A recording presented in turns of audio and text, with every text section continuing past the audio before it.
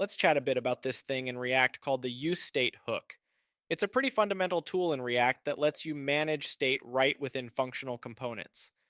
When you use it, you kick things off with an initial state as an argument, and then it gives you back an array with two parts: your current state and a function to update that state. So you start with this initial value as your starting state. Then you have state, which is the present state value you can use in your component.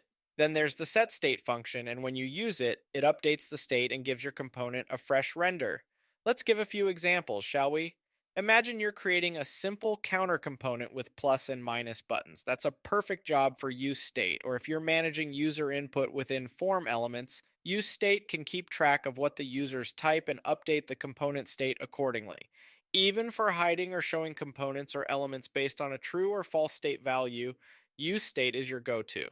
But like everything, it has its strengths and weaknesses.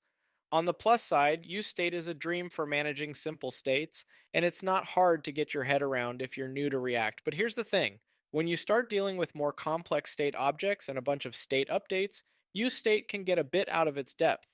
When you hit this kind of situation, you might want to check out other options like useReducer or external state management libraries like Redux. So, to wrap it up, useState is a powerful yet straightforward tool to introduce state management to functional components in your React apps.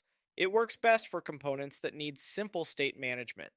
But remember, for those more complex situations, it might be worth exploring alternatives like useReducer or external state libraries.